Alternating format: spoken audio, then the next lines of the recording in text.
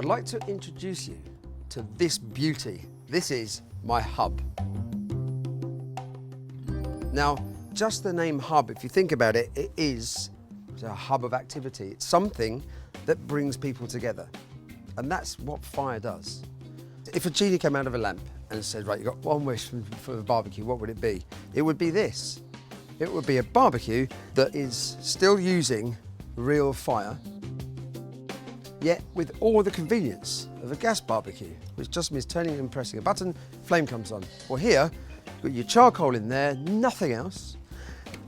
You've just got this cable, because that enables this little button to make some magic. Because you just press that, that ignites the coal. The combination of that ignition is like pressing a fast forward button, because it takes it to there in 10 minutes, and then you're ready to cook. If you want to top it up, you just lift these two grills, split into two, you lift up, and then pop the coal on. And this handle here doesn't get hot. It's because the distance between here and here has been carefully calculated.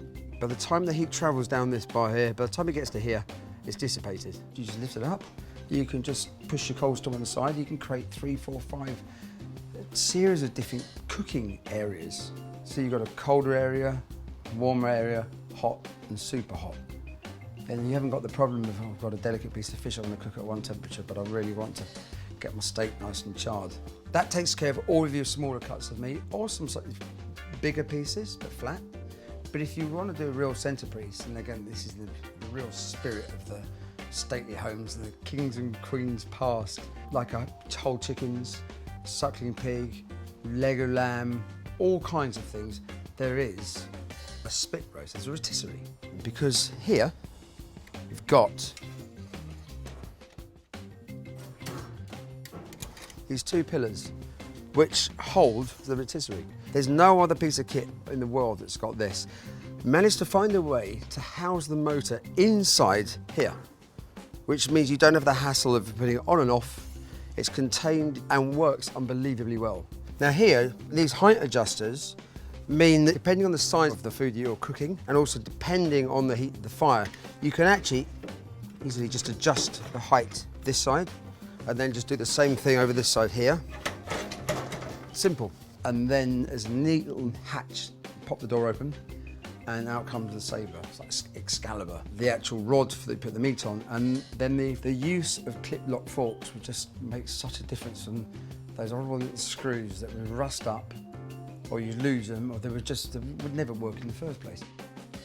And then you just put that into there, just lift this little lid, cover, and then away you go, and that's it. Now the reason for this is that through the cooking process, depending on several things like the type and size of the food that you're cooking and the amount of time you're cooking it for and the heat that's been generated, that meat may well contract. And if it starts contracting, it might come off the actual fork. So you can just move that up and just slide it into the meat.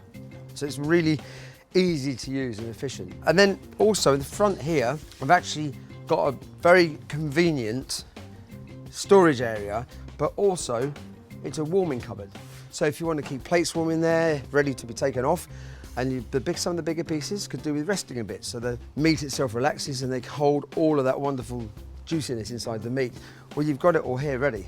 So it's just turned your barbecue into something completely and utterly different. It's like taking your kitchen outside. And that for me is a very, very exciting thing indeed.